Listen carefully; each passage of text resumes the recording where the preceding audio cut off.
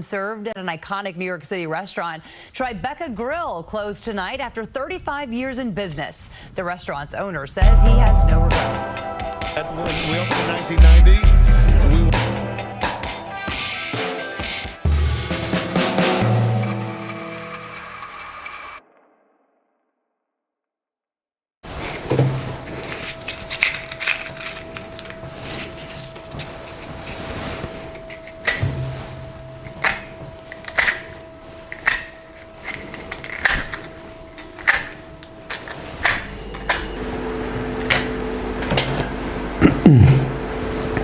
Before you use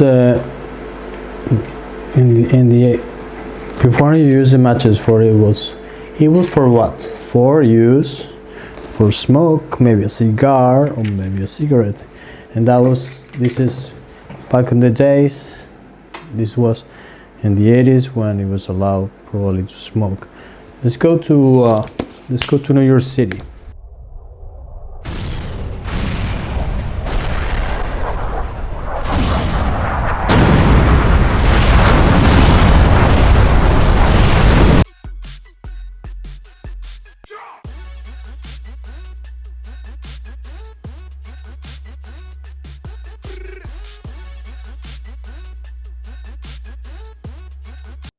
Others that just sort of come and go and one never notices. Well, the restaurant I'm standing in front of, Montrachet, was a hugely important restaurant. I would argue that this was the restaurant that opened up fine dining in Tribeca. Prior to its opening, you had Odeon down here, a couple of blocks to the south, which was wonderful. Patrick Clark had a great sensibility, the McNally brothers getting started, funky, kind of, urban, modern bistro dining, but this was French, 3-star, and kind of a new... Hi, my name is Carlos, and this is Gastrofilosofia. The book of the day, I'm not trying to be difficult. From Stories from the Trenches from Drew Niporent.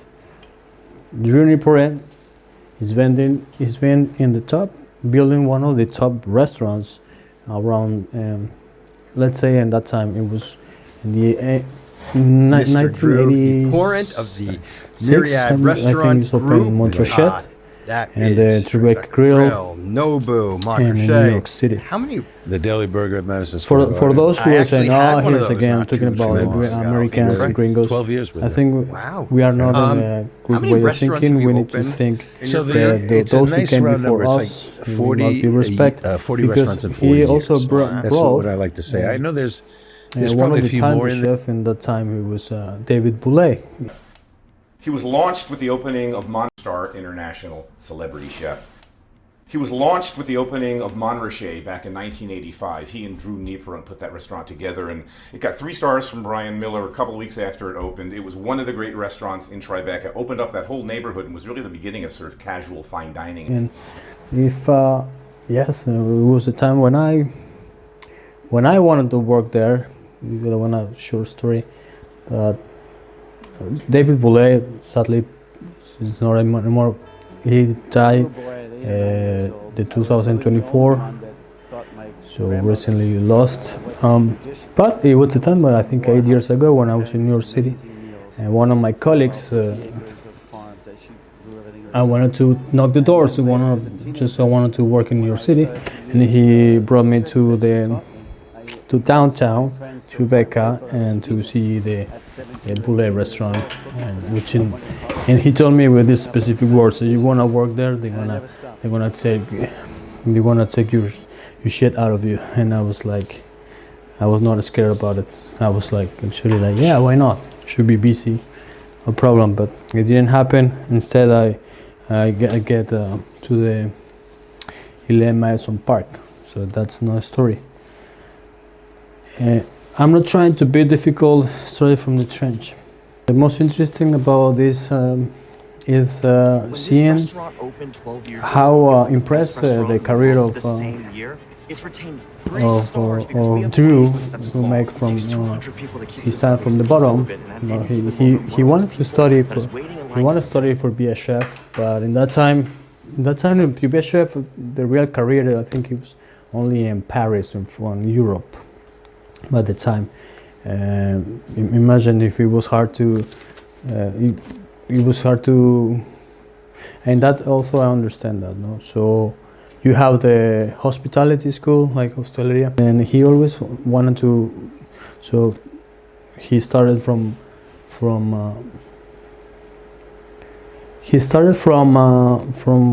waiter and then captain manager, and then he wanted to open a restaurant. So with all his life savings, he opened Montrachet, and he discovered the Chef Boulay. So he said, I'm gonna be in charge of the service, and I'm gonna bring one of the best as the chef. No, he was not Boulay yet well known, but he wanted that food. So that was his strategy, no, his plan.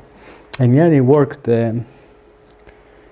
In a few months, I think it opened, or probably a month, one of the New York Times critics came in and give it 3 stars. So that's like. Yeah. 2 Saint-Jacques, 1 foie gras, followed by 1 beef, 1 turbot. Yes, sir. Yes, sir. What'd you say? The food critic from Daily Telegraph is on table 5. The fucking guy called me Junkie Dinosaur? Yeah? Yeah. Everybody.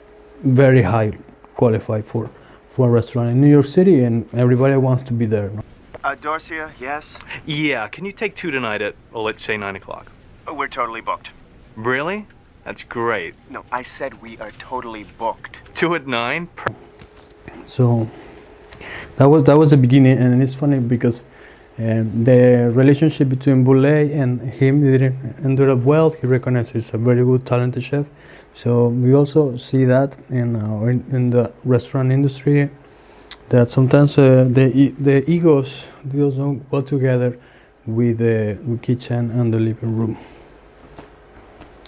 So, but he recognized that, and he also brings some other talent and the kitchen and.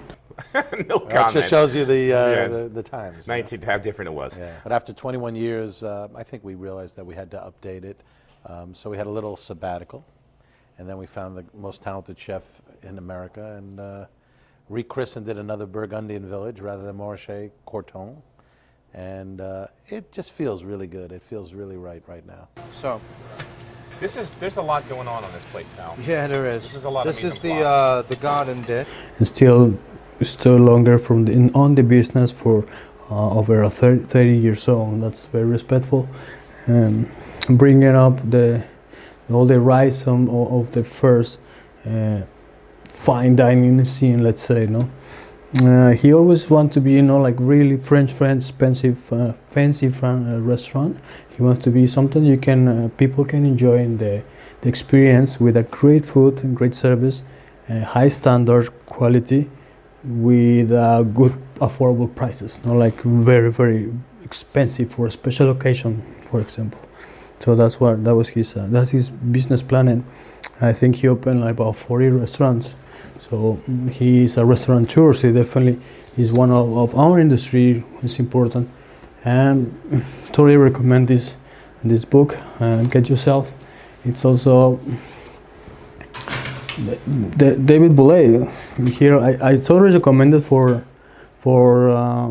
Eric Ripert. He was the first. I checked his Instagram, and he was recommending this book before the release. So yeah. For anyone who loves food, restaurants, or simply a great tale of ambition, this book is must read. Eric Ripert. Drew has seen it all, the highs and lows of some of the greatest restaurants to ever exist, and now he shares his stories with us. Jose Andres. What do we have? Yeah, Drew is the consummate restaurateur of our generation and one of the all-time best storytellers. I'm not trying to be difficult. We'll give our readers the behind-the-scenes look that we all been waiting for. Bobby Flay. One of the head chef, he got married with Bobby Flay. So it's also, this small world. So it's also very interesting. I'm enjoying it very much, this lecture so far. I'm always discovering when you see great, passionate people who succeed in life and struggle, they really have it, share the story. It's amazing. So put your hands on this and order it on Amazon. This is what I did. You can learn also a lot from him. He also runs a marathon, so believe it or not. So this is all about this restaurant food in our industry, and I'm many more for discover, because I know that I saw him before with the chef, the bone, or the chef. Let me check. The link down below from the Mais Calamecos Real Food, and this is my personal favorite for you can watch in YouTube channel, so you can watch this right here. Put it here, watch the video, because he make great videos about food. He's a professional, and this is like TV, the Food Network, but you can watch it now on YouTube. So it's amazing. You can get these videos in here on YouTube. So the Mais Calamecos Real Food, Niporent, you can also see it more behind. There is also a few interviews about it. So anyways, this is What's Filosofia. My name is Carlos Wani. If you like what I say, just give me some like, of course, and subscribe to my channel. That will be great. I'll see you next time, and maybe another cooking.